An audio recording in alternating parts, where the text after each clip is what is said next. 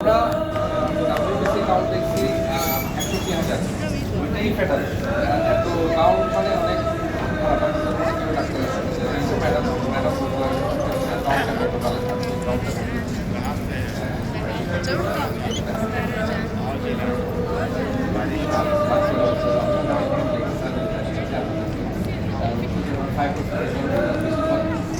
যা সাদা দেখতেছেন এটা পুরোটাই ফুসফুস কিছু এখানে কোনো বাধা ফুসফুসের এক্সের মধ্যে মেইন জিনিস হচ্ছে কালো দেখতেছেন কিনা যে অংশটা কালো দেখতেছেন এই অংশটা মোটামুটি কিছুটা ভালো আছে বাকি পুরোটাই লাংস অলমোস্ট 9%।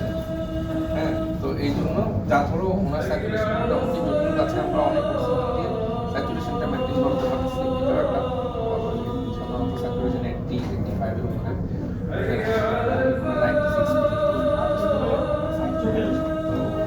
প্রেশারও তো বোধ হয়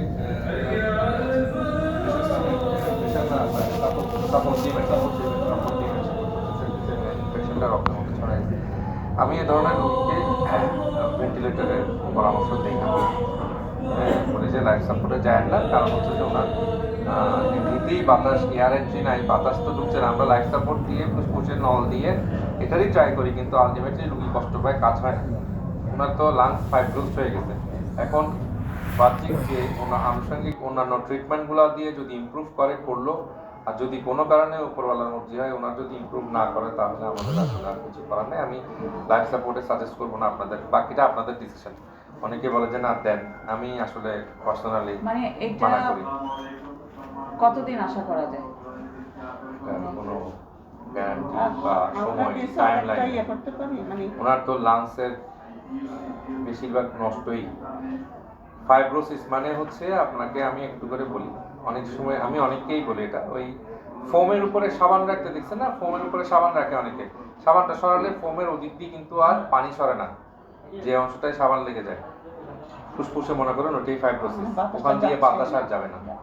হ্যাঁ, ওই অংশটা নষ্ট হয়ে গেছে, ব্লক আর কি। হ্যাঁ হ্যাঁ, ওইটা ওখানে সাবানও যেমন যায় না, আপনি যতই ওয়াশ করবেন ওদিক দিয়ে সাবান আর যাবে না, সাবানটা ওখানের মধ্যে লেগে যায়, ছিদ্রটা ড্যামেজ হয়ে যায়। হ্যাঁ, তখন ওইটা শক্ত হয়ে যায়।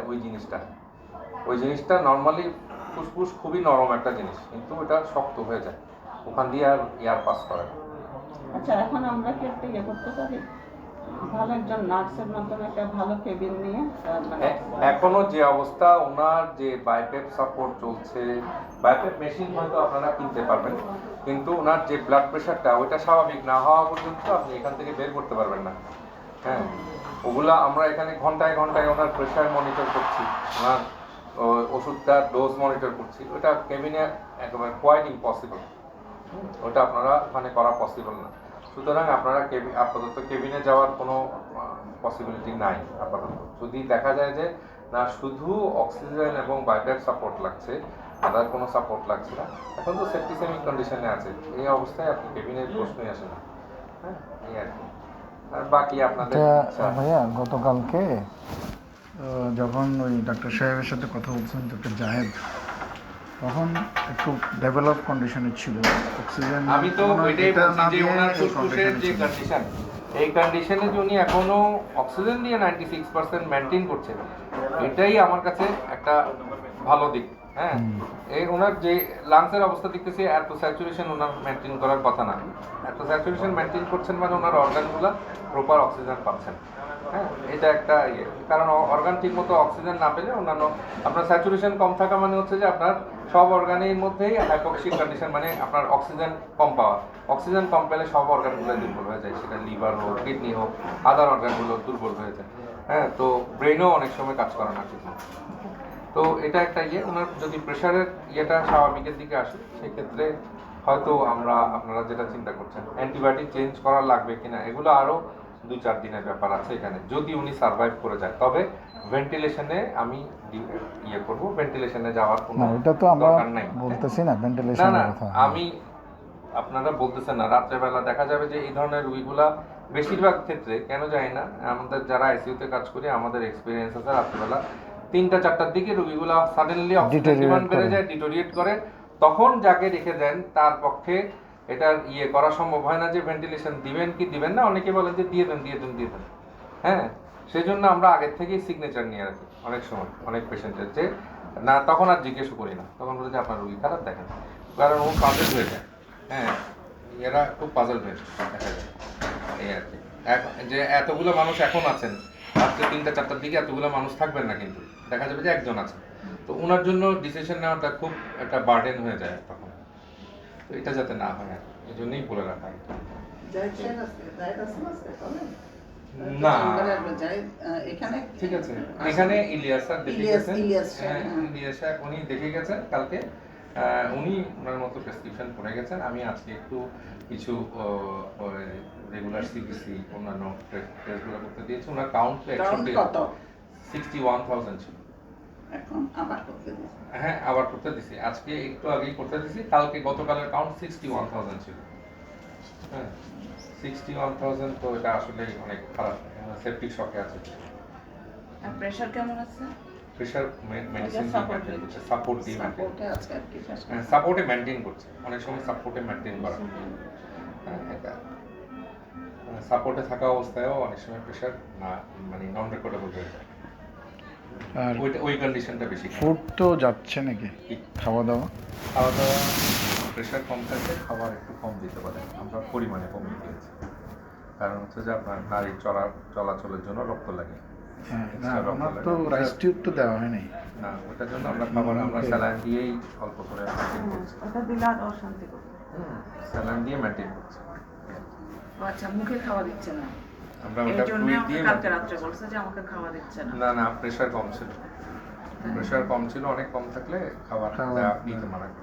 উনি তো নাহলে উপরের দিকে উঠে আসে। উনি তো কখনো বেশি খান না, অল্প খেয়ে সন্তুষ্ট, আর খেতে চান ওনার না। রেট ওনার রেসপিরেশন 60 55 ওনাকে আপনি খাওয়াতে গেলে যে মাছটা খুলবেন, ওই মাছ খুললে ওইটাতেই খাবার, ও এক লোকমা খাবার খেতেই রুগী খারাপ হয়ে যাবে, তখন লাইফ সাপোর্টে দেওয়া লাগে। এগুলো খারাপ হয়ে যায় ওই সময়গুলো। হ্যাঁ, আমরা এই ধরনের পেশেন্টকে রাইস টিউব দিয়ে দিই অনেক সময়, কিন্তু ওনাকে রাইস টিউব দেওয়ার সাহস করতেছে না। কারণ হচ্ছে যে ওই সময়টা রাইস টিউব দিতে যে সময়টা, ওই সময়টা উনি দিবেন কিনা, কারণ ওনার ফুসফুসের কোনো রিজার্ভ নাই। নর্মালি অন্যান্য ফুসফুসের রিজার্ভ থাকে, ওনার ফুসফুসের কোনো রিজার্ভ নাই। ওনাকে ওটা খাওয়ায় আমি যদি 2 মিনিট সময় নেই, এই 2 মিনিটেই উনি হঠাৎ করে অক্সিজেন লেভেল অনেক ডাউন হয়ে যাবে। এই জন্য কন্ডিশন আসলে ওনার যে কন্ডিশন, এমনিতে এখানে যে ডাক্তারদের খুব বেশি কিছু আমরা মেনটেন করতে পারছি, সবকিছু আমরাই মেনটেন করছি, কিন্তু এখানে যে আমাদের আসলে খুব বেশি কিছু করার আছে, ওই যে ফাইব্রোসিস হয়ে গেলে ফুসফুসের আর তেমন আসলে কিছু করা পসিবল হয় না। পাল ফিব্রো টিব্রো এগুলো কাজ করতে 5-6 মাস সময় লাগে। ইলিয়াস স্যার দিয়ে গেছেন, ওগুলা কাজ করতে আস্তে আস্তে স্লো কাজ করে, ওগুলা সাথে সাথে কাজ করে না। হ্যাঁ, ওগুলো একটা মেনটেনেন্স ডোজের মতো, ওগুলো অনেক দিন সময় লাগে। তো ওইটা আপনার ওইটাতে ফুসফুস হয়তো কিছুটা উপকার হয়, মানে এটা ফাইব্রোসিসটাকে ডিলে করে বা স্লোয়ার করে, কিন্তু যেটা ফাইব্রোসিস হয়ে গেছে ওটা ঠিক করে না।